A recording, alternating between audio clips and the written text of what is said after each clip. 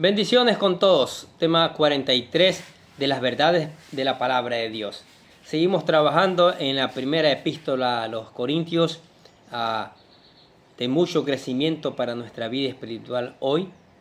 No se olvide de suscribirse para que le sigan llegando estos videos que hacen crecer su vida espiritual. Hoy vamos a trabajar con el tema, asimismo, un tema que no debemos ignorar: los dones espirituales. Vamos a entrar en una etapa importante donde lo que significa cada don, la importancia de cada don. Y vamos a leer primero a los Corintios capítulo 12, versículo del 1 al 3. Póngale asunto. Dice: no quiero, hermanos, que ignoréis acerca de los dones espirituales. Sabéis que cuando erais gentiles se os extraviaba llevándoos como se os lleva a los ídolos mudos. Por tanto, os hago saber que nadie que hable por el Espíritu de Dios llama anatema a Jesús, y nadie puede llamar a Jesús Señor, sino por el Espíritu Santo. El capítulo 12 comienza con una temática que se va a extender hasta el capítulo 14, y trata precisamente de los dones del Espíritu Santo. No olvidemos que el objetivo de esta carta era solucionar algunos problemas que la iglesia en Corintio estaba pasando, y desde el capítulo 7 viene tocando algunos temas y problemáticas que los mismos corintios le habían hecho saber a través de una carta. En el capítulo 11 inició con una serie de recomendaciones que están orientadas a explicar la forma correcta de adorar a Dios en el culto cristiano. Así inició hablando acerca del correcto atavío de las mujeres creyentes en el culto. Luego presentó la forma correcta de celebrar la cena del Señor, y ahora iniciará la temática de los dones del Espíritu Santo, donde hablará de la importancia de conocerlos, los diferentes dones que existen, la premisa que el amor tiene en el uso de estos dones y la forma correcta de ejercer los dones de palabra en el culto. Comencemos entonces con esta preciosa lección. No debemos ignorar el tema de los dones del Espíritu Santo, dice. Así dice. El apóstol Pablo comienza este capítulo diciéndole a sus lectores que no quiere ignorar el tema de los dones del Espíritu Santo. Por eso dice: no quiero, hermanos, que ignoréis acerca de los dones espirituales. Como parte de las dádivas que Dios ha otorgado a su iglesia, están los dones del Espíritu Santo, los cuales son parte del cumplimiento de la profecía de Joel. Vamos a leer Joel capítulo 2, versículos 28 al 29. Y después de esto derramaré mi espíritu sobre toda carne, y profetizarán vuestros hijos y vuestras hijas. Vuestros ancianos soñarán sueños, y vuestros jóvenes verán visiones. Y también sobre los siervos y sobre las siervas derramaré mi espíritu en aquellos días. Realmente las palabras dones espirituales que aparecen en este versículo se traducen de una sola palabra griega que es neumáticos, la cual hace referencia a todo lo del carácter espiritual.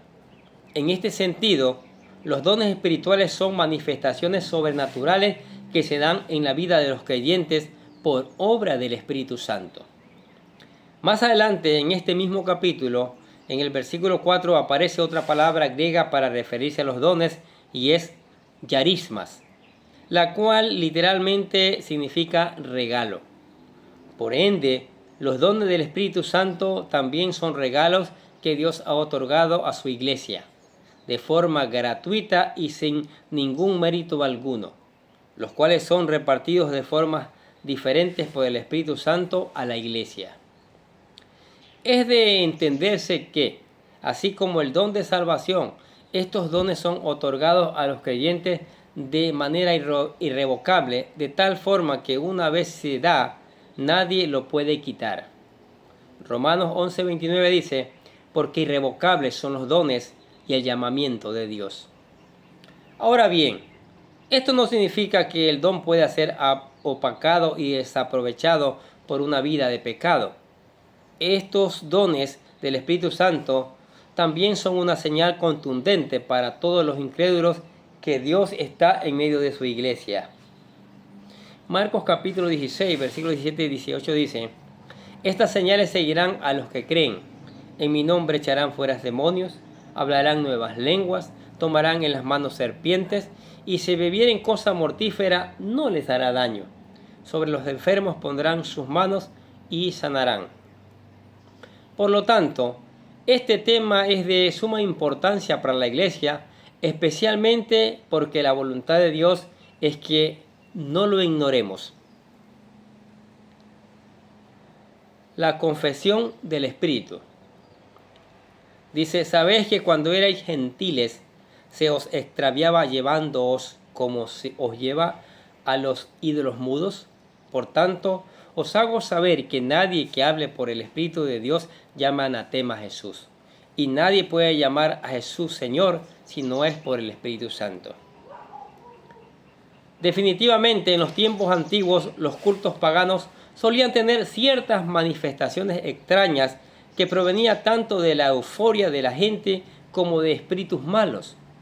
Como lo vemos hoy en los cultos extraños del vudú en África, donde los participantes comen cenizas, andan descalzos sobre carbones encendidos y se laceran sus cuerpos. Sin embargo, también en el culto cristiano existen manifestaciones sobrenaturales que se dan no por la euforia o emocionalismo de la gente, sino como una evidencia de la presencia de Dios en ese lugar. Por eso el apóstol Pablo les recuerda a los corintios que, así como ellos participaban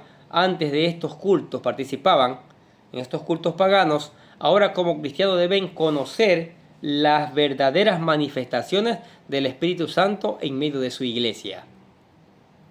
Por eso les dice: sabéis que cuando eran gentiles se os extraviaba llevándoos como se os lleva a los ídolos mudos.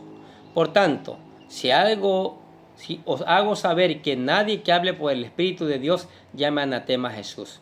Y nadie puede llamar a Jesús Señor si no es por el Espíritu Santo.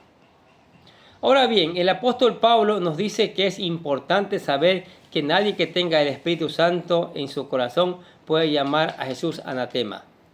La palabra anatema proviene del griego anasema, la cual literalmente significa maldito. Sería terrible el tan solo formular esta palabra en nuestra mente con referencia a nuestro Señor Jesucristo. Pero para aquellos hombres impíos que aborrecen el Evangelio no lo es. De hecho, cuando el apóstol Pablo perseguía a los cristianos, la Biblia nos dice que los torturaba hasta hacerlos blasfemar el nombre de Cristo. Hechos 26:11 dice: y muchas veces, castigándolos en todas las sinagogas, los forcé a blasfemar. Y enfurecido sobremanera contra ellos, los perseguí hasta las ciudades extranjeras. Gloria a Dios que tocó el corazón del apóstol Pablo. No obstante, nadie que tenga el Espíritu Santo es capaz de blasfemar el nombre de Cristo, sino al contrario, lo glorifica y le llama Señor. La palabra Señor se traduce de la palabra griega Kyrios, que es un título de autoridad divina que solo recibe Jesús como Dios y hace referencia a Él como el dueño y amo de todo. En este sentido, nadie puede llamar a Jesús Señor si no tiene al Espíritu Santo en su corazón, ya que al hacerlo no lo hace como una forma de cortesía o simple respeto, sino que a través de su declaración afirma que su vida ya no le pertenece y que Jesús se ha convertido en su Rey soberano. En los tiempos de la persecución de la iglesia primitiva, esto era más fácil entender, ya que nadie llamaba a Jesús Kyrios, si no era por la fuerte convicción del Espíritu Santo. Especialmente porque este título se les daba a los césares romanos y estos les pedían a los creyentes que blasfemaran el nombre de Jesús y que lo negaran. Obviamente, solo aquellos que verdaderamente tenían el Espíritu de Dios eran capaces de lograrlo, aunque esto significaba su muerte. Finalmente, debemos comprender que solo aquellos que verdaderamente tienen al Espíritu Santo en su corazón deben decir que Jesús es el Señor de su vida y que existe diversidad de dones a través de los cuales el Espíritu Santo se manifiesta en la iglesia. Y el apóstol Pablo nos hablaría en los siguientes temas. Sí, ¿qué les parece esta verdad de la palabra de Dios? Si vamos a entrar al estudio de los dones, su significado, su importancia, y qué pena como son mal usados hoy día. ¿Sí? Qué pena como algunos anhelan ser apóstol, ser profetas, pero para su vanagloria, para enriquecerse y no para servir a la iglesia del Señor. Pero aquí vamos a presentar esta palabra y esperamos que esta palabra sea de gran bendición para sus vidas. Ahora, si usted quiere ser parte también de la iglesia del Señor, lo primero que tiene que hacer es reconocer al Señor Jesucristo como su Señor y Salvador. El único Salvador, el único Señor.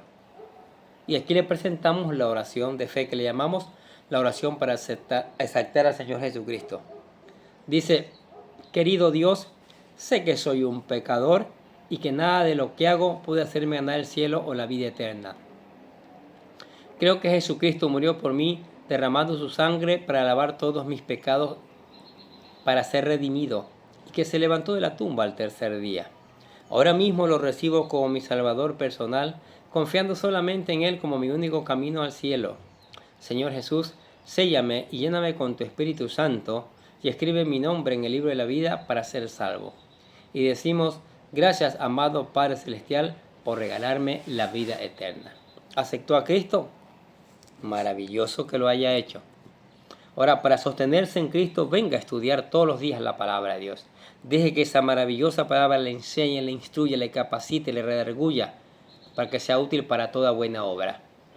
Busque obedecerla, busque aplicarla, busque predicarla después, mientras alaba y glorifica el nombre del Señor. Mientras que conversa a través de la oración sin ningún intermediario. Mientras que viene a la iglesia para seguir aprendiendo juntos. Yo sigo aprendiendo, con ustedes seguiremos aprendiendo. Si se encuentra lejos, no se preocupe. Suscríbase a este canal, que aquí va a encontrar una cantidad enorme de videos para su crecimiento espiritual. Amén. Oremos. Padre, te damos gracias por tu palabra, Señor.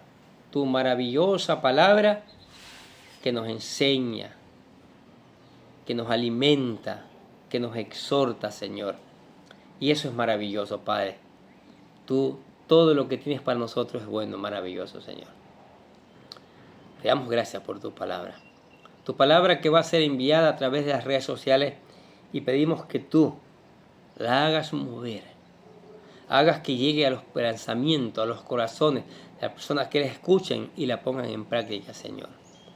Sí, Señor, te damos gracias por tu gran amor, por tu gran misericordia y por tu palabra. Por esta palabra que va a regresar con una enorme cosecha para gloria de tu nombre y para testimonio de este mundo, Señor.